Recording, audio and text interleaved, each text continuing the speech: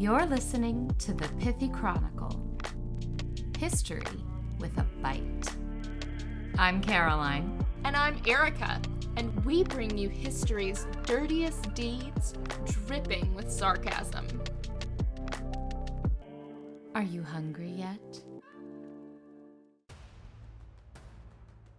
Welcome back, Pithy listeners. I'm Erica, and I am so excited to present to you a little bit of a new format. Oh! Caroline is hearing about this for the first time. Cool! Yeah, cool. When I set out to write this episode, I didn't know how to condense it.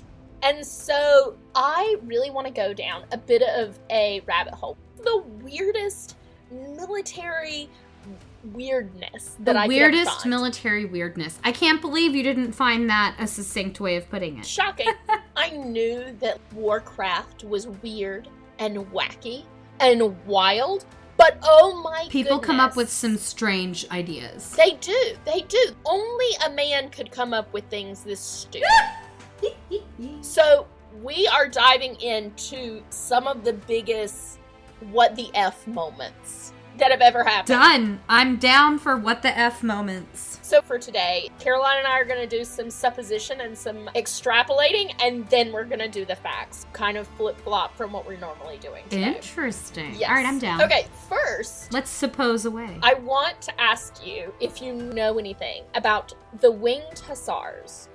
I know that the hussars is the cavalry type of thing. Yep, but I like could cavalry. not tell you why they have wings. Okay. Were they flying unicorns? My daughter would want to know. They are not Pegasus, but... Oh, then my daughter has lost interest. They are not true Pegasus, but... She's 3. There is a picture, and I would love for you to describe it. Oh, interesting. This is a wonderfully active scene where a horse is rearing up on his hind legs with a mounted rider bedecked in armor, and seemingly the armor includes wings. Yes, like full angel wings. But instead of feathers, they almost look like they're made of the same steel that the armor is made of. He carries a flag that does not look recognizable to me, and there are others behind him that also have these lovely wings on their horses. Well, I think the flag is also a polearm as well. If you look, there's the spear tip. Yep, it's a deadly flag. Yes. And it looks like they're charging, and also the heavens are opening, so it looks like God is smiling on them. It's very Wagnerian, right? It's so Wagnerian, which fits perfectly for an episode I'm working on now. I had been rabbit holing about the Valkyrie and where that's shown up in later military strategy, and well, we have it here with the winged hussars. They were used primarily in Poland, and they were also known as Polish hussars, and they're a shock cavalry. Shock, as in like, oh my god, it's shocking, they have wings? Yes. And they were formed during the 16th century and were used up until the 18th century until they became obsolete because of more advanced military technology. Right. You didn't need to ride into battle with wings to shock people anymore. You just had a cannon or, had tanks. The winged hussars participated in many battles, and their prowess on the battlefield cemented their reputation as formidable warriors. It was their wings that made them stand out from all other cavalry units. It would definitely stand out should I walk down the street and see 3 people, one of which had wings. Yeah, and imagine having an entire cavalry unit. I think this is an amazing idea. Yeah. Someone had a great inspiration. Exactly. Somebody was reading one night, maybe was smoking a little something, and they were like, hey, you know what would be great? What if we just put wings on everybody? Amazing. These wings are wooden frames attached eagle, vulture, or falcon feathers. Okay, wooden structure pieces and feathers. Okay. And then I think later they add some metal. Mm-hmm. The wings were attached to the saddle of the hussars' horses. And it seems to have changed a bit during the 17th century when the wings were actually attached to the armor instead. But that would be very difficult for them to actually It would be a bit cumbersome, function. right? Yeah. They wouldn't be free to, kill people as easily. Well, I mean... Unless they were using their wings as a weapon. Whack. Whack. I don't know about the wings as weapon use. They're kind of situated on the back of the spine. Mm-hmm. They're not going to get in as much way, especially if you're the cavalry unit who's maybe not the first in. So your function is to come in with your sword, saber, polearm, and knock down the infantry unit. It's not hand-to-hand combat, yeah. Well, and they're not going against another cavalry unit where you're going to be having horses dancing together. They're coming in to clean the field. Pick off the survivors. It's unclear as to the exact function of the wings, which you were kind of alluded to. Some have argued these were just for parades, though historical research shows that they were indeed used in battle, not just pretty. As long as you can keep the shock factor. Yeah. It would work. It would definitely buy you a few extra minutes, probably, because everybody would be like, wait, what? Do they have flying horses? Well, and some people have supposed that when they charged into battle, the wings would make a very shrill sound. Yeah. And so it was this extra anticipation of, oh my gosh, they're coming. That's cool. Someone's coming for me. It's like they have their own theme music. Exactly. Another more plausible argument is that the wings were meant to just have the visual impact on onlookers, and coupled with their, no joke, leopard skin capes, pelts sewn together, the winged hussars would have presented a fearsome sight for those they were charging at. It's kind of like a griffin, right? Almost. It's like they're creating an amalgamation of animals. To live in the psyche of this weird place between legend and military lore. It's very interesting. Considering that their entire purpose is to disrupt the infantry, the damage was mostly psychological, but also physical. Mm-hmm. Yeah. Yeah. Now, have you ever heard of the Great Emu War? No, but the image that comes to head is all these men riding emus. Okay, riding emus. Uh-huh. You know, some sort of a bridal situation. Bridal? Like wedding bridal? Or no, like a horse bridal situation where they're controlling the emus. I don't know that emus are big enough to be ridden. I don't know. Look it up. How big are emus? Okay. Can you ride an emu? An emu. No, you should not ride an emu, says Google. Although they are large birds, they are not big enough or strong enough to support a full-grown human's weight. So I have to change now. This is a child army riding emus. That's my supposition. Hey, listen, I love it. That's what we're here for today. So the Great Emu War was fought between the 2nd of November, 1932, and December 10th of 1932. So that's a pretty quick turnaround, right? That's a quick war. It's more of a battle. Especially to call it the Great Emu War. That's true. The Great War was like 5 years. So, yeah. So, as silly as that may sound, it was fought between humans and the emus of Australia. I'm sorry. What? It's not a joke. I'm not joking. Like, this is not me joking with you right now. Did the emus have a battle plan? I mean... Did they put out a white flag and surrender at the end? What on earth? It's so funny that you think the emus would have surrendered. Oh, just wait. There were about 20,000 emus running around and damaging crops of farmers in Western Australia. It was a nuisance. So... war must be waged. Something had to be done to save the crops, so the government did the most sensible thing to do. They declared war on the emus. Legitimately? They were like, we are at war with the emu population? Soldiers were deployed with machine guns to deal with the pesky birds. Poor birds! These poor birds that could easily have been ridden by young children. Things were not going as planned, though. They were tenacious. They were irascible. The emus were very agile and fast and evaded machine gun attacks. Oh my god, they had strategy. The emu flocks dispersed into smaller groups, which then made it even harder to attack and track down. The birds even realized that if they maintained their distance from the soldiers, then the Lewis guns were too inaccurate to hit them. Stop it! These are the smartest flipping birds.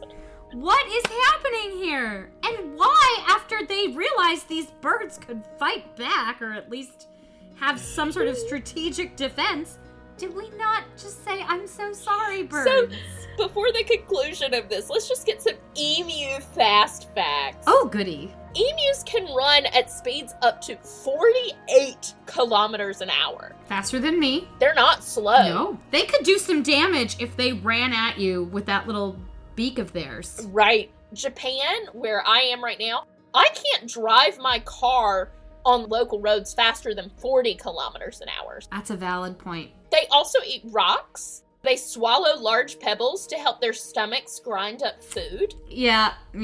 Also, they have 2 sets of eyelids, one to open and close, but the other is like hyperspeed running mode to keep the dust out of their eyes. Oh my god, they have windshield wipers for eyelids? Essentially, yes. That's amazing.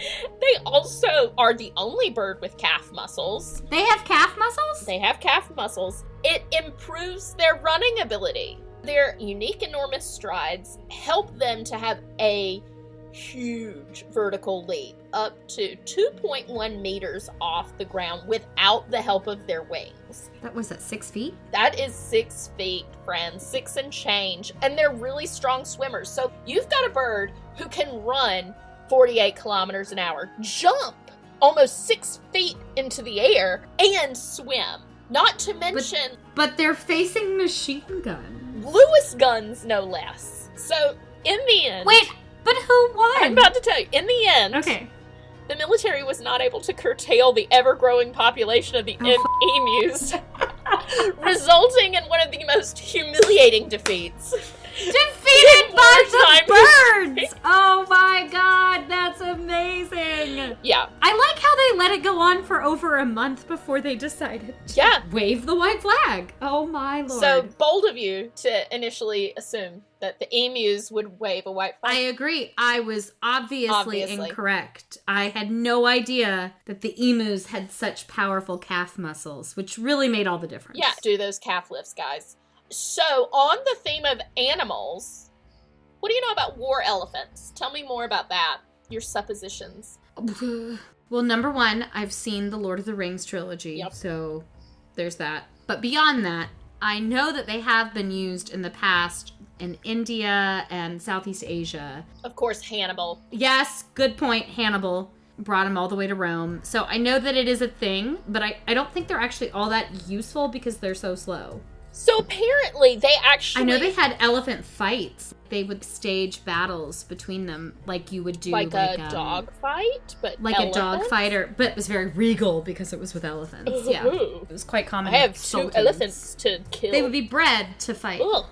Uncool. Not great. But war elephants are actually a thing that was used well into the 19th century. Okay. War elephants played critical roles in several key battles in antiquity, especially in ancient India. Makes sense. They did see some limited periodic use in ancient China. They became permanent fixtures, though, in armies of historical kingdoms in Southeast Asia. And during classical antiquity, they were also used in Persia, in the Mediterranean, armies in Macedon, Hellenistic Greek states, the Roman Republic and later Empire, and Carthage in North Africa. It makes a lot of sense that Roman troops would have been like, what are these things? Oh my god, we need these, and brought them back. And then you've got the shock and the wow factor that you would with wings. Exactly. And in some regions, they maintained a firm presence on battlefields through the Middle Ages. And of course, not every area of the world had horses, so the cavalry is such a big deal in European battles. But if you didn't have horses, an elephant would have been more convenient than like a camel. Well, yeah, because a camel can't charge you. Yeah, I mean, I guess they could, but... Anyway, obviously with the spread of firearms and gunpowder weaponry in the early modern warfare, their popularity declined because eventually there were elephant guns, and what you gonna do about that? There's an elephant gun? Yeah. What is an elephant gun? It's just a specially used firearm to kill an elephant. To hurt an elephant. Oh no. Then they became relegated to non-combat engineering or labor roles. That makes more sense. They were used for ceremonies. However, they continued to be used in combat in some parts of the world, like Burma, Thailand, and Vietnam, well into, like I said, the 19th Places that century. didn't have horses and had lots of elephants. Exactly. Yeah, I can see that. All right. It is not just There a myth. is a lot of information, so this is highly, highly condensed. I could have done a whole episode on these. But next is the War of the Oaken Bucket. What? Oaken Bucket? I don't even know. Yeah, give it your best shot. What could that be? War of the Oaken Bucket. I'm at a loss. Something about wine, maybe? No, it's barrel, not a bucket. Time period, anything? Come on, Okay. you're creative. The only time period that I can think where they would have fought over an oaken bucket would be like Dark Ages. That's my bucket to get water with. I don't know. I cannot. Yeah. A bucket? A bucket. All right, tell me. The Battle of Zappolino was fought between the Italian towns of Bologna and Modena in November of 1325. So you were pretty close to, not Dark Ages. Not yeah, Dark medieval. Ages, but medieval. The issue was instigated by the soldiers of Modena who went inside the territory of Bologna to steal a bucket from the city's main well. So I was right. It is a water bucket. It is a water a bucket bucket. with which you hold water. And that's it. Okay. This was not taken well by the Bolognese. Why did they not just go get another bucket? I don't know. The Modena forces refused to hand the bucket back Was over. this bucket the world's largest bucket? I can't spoil it yet, so Okay, hang all right. on to that. Hang on to your bucket hats. What's next? When the forces from Modena refused to hand over the bucket, the Bolognese were forced, obviously, to invade with 30,000 armed foot soldiers and 2,000 cavaliers. The city of Modena was defended by only 5,000 foot soldiers and 2,000 cavaliers. They didn't stand a chance to protect that dumb bucket. You say that, but within 2 hours, they routed the invaders and chased them out. Oh. Yeah. Just kidding. Go Modena. Yeah. Despite your bucket stealing habits. The unconquered bucket is still kept in the main bell tower of the city of Modena. Stop it. That's amazing. What is with this bucket? So, Oh my god. I just found pictures. Yeah. Oh wow. it is a plain, no-nonsense bucket. Sitting now behind glass in some museum. I don't see any gold. No gold. It's given a pedestal now. It looks like it was never used again. It's in great shape to be from 1325. It survived the Great Wars. Why? I don't know. What? Isn't that amazing? So we really don't know why the bucket was such a big deal. No. Okay. Bucket War. Checked off that bucket list. Oh, that's so bad. So punny. So bad. I know. That's just stupid. I judge all 32,000 invaders for thinking that was necessary. And the fact that they were routed in 2 hours. That is really pathetic. But maybe that shows how little the Bolognese really cared about retrieving the bucket. I mean, they had to go back to their pasta. Maybe they'd had too much wine. Delish. Okay, so did you know about the Battle of Los Angeles? Yes. Not too terribly far from you. I did actually. You actually knew about I did this know one? about the Battle of Los Angeles. I read about it in a museum at some point. In that case, don't do the supposition, but instead tell me your favorite conspiracy theory about Oh it. gosh. I mean, there are so many. I don't have a favorite conspiracy theory. I don't believe in UFOs. Okay. All right, tell us about the Battle of Los Angeles. The Battle of Los Angeles, or the Great Los Angeles Air Raid, took place late February 24th-ish to early the 25th. So all within like 24 hours, yeah. hours. Over the city of Los Angeles, sirens were sounded after about 25 aircraft were spotted in the sky. Blackouts were ordered as the 37th Coast Artillery Brigade began shooting the supposed quote aircraft. It was so intense that it cost the life of 5 civilians, in which 2 fatalities were from heart attacks. Oh, it was so scary they had a heart attack. Okay. Yep, heart attacks due to the intensity of the firing. Surprisingly, this was later found to be a false alarm. The objects which were identified were probably some weather balloons. something very nondescript, but some obviously speculate that it was a UFO or UFO activity. Like, I know there where are I read a about lot this. of conspiracy theories around On our it. trip across country when we moved out here, Alex and I went to Roswell. Fabulous. Yes, and they have... It's like conspiracy theory central. They have a UFO museum. I remember reading about this. So I can see that during World War II, with what was happening in Europe and all of these civilian bombings and air raids, I can see how seeing something in the sky would freak people out and the response would be aggressive and scary. But when it never fought back, did you think to stop or? But this also was not right after Pearl Harbor, but 2.5 months. Very quickly. Tensions were high. Yeah. So much so that 2 people had heart attacks. I'm sure it was terrifying. Yeah. But I had no idea about that. So here's my question. What goes up must come down. Okay, they didn't hit anything.